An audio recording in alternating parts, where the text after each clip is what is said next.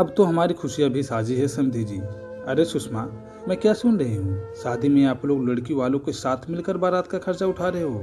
सुषमा की जेठानी साधना ने हैरान होकर पूछा। अकेले बारात का नहीं दीदी, सारी शादी हम दोनों परिवार मिलकर कर रहे हैं, सुषमा ने बताया। यह क्या बात हुई? आज तक ऐसा कभी हुआ है क्या? दीदी आपको पता है, रितेश और अंकिता एक दूसरे को प्यार करते हैं और यह दोनों बच्चों का फैसला है जिसका हम भी समर्थन करते हैं। हमेशा बारात का खर्चा तो लड़की वाले ही उठाते हैं। यह जरूरी तो नहीं जो हमेशा हो वो अब भी हो।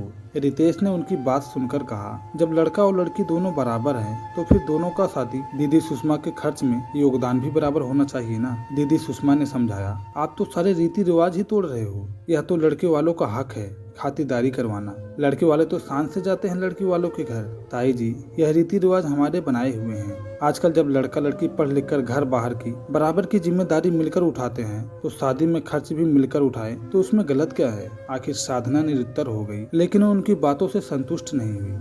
तभी मुकेश जी रितेश के पापा आए। अरे आप लोग इधर बैठे हो, मैंने उस कमरे में सबके लिए तोहफे रख दिए हैं, आप लोग चेक करके पैक करवा लो। रितेश, अंकिता के भाई के लिए तोहफा तो तुमने लेकर आया था ना? सुषमा ने पूछा। हाँ माँ, मैं तो वही देने आया था। रितेश ने जेब से एक बहुत ही कीमती घड़ी निकाली तो साधना ताई जी के साथ कांता बुआ भी बोल पड़ी। यह क्या मनीष, अब तोहफे भी आप लोग दोगे क्या? दीदी, अगर लड़की वाले सबको तोहफे दे सकते हैं तो हम क्यों नहीं? आप तो अजब कर रहे हो, कह कांता बुआ तो चुप हो गई। शादी वाले दिन बारात जब शादी के हाल में पहुंची तो सबसे पहले मिलने की रस्म हुई और उस समय दोनों समधी एक दूसरे को गले मिले। जब मनीष ने भी अंकिता के पापा रवि को तोहफा देना चाहा तो उन्होंने मना कर दिया। यह तो आपको लेना पड़ेगा समधी जी, हम अपनी खुशी से कुछ लाए हैं, आपने भी हमें तोहफा दिया, हमने भी खुशी से ले लिया। यह हमारी भी खुशियाँ का आदान प्रदान है तो आप इनकार नहीं कर सकते। अब तो हमारी खुशियाँ भी साझी है समधी जी, सुषमा जी ने कहा। तो रवि जी ने तोहफा खुशी से ले लिया। जयमाल की रस्म भी दोनों परिवारों को सहयोग से अच्छी तरह से हो गई। अंकिता की माँ संगीता ने सबके लिए तोहफे स्टेज पर रखे हुए थे। उसके साथ ही सुषमा ने अपने लाए हुए तोहफे भी रख दिए।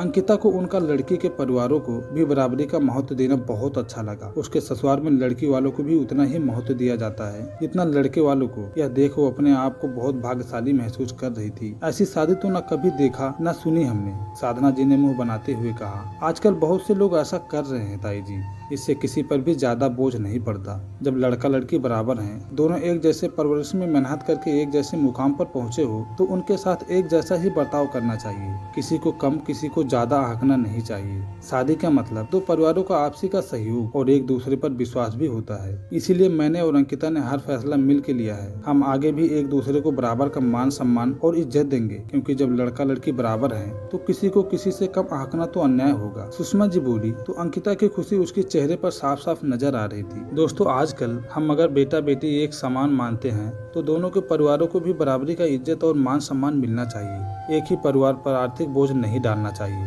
दोनों परिवारों को मिलकर योगदान देना चाहिए। आपकी क्या राय है? मेरी स्वरचित और मौलिक कहानी आपको कैसी लगी? कृपया लाइक और कमेंट जरूर करें। धन्यवाद।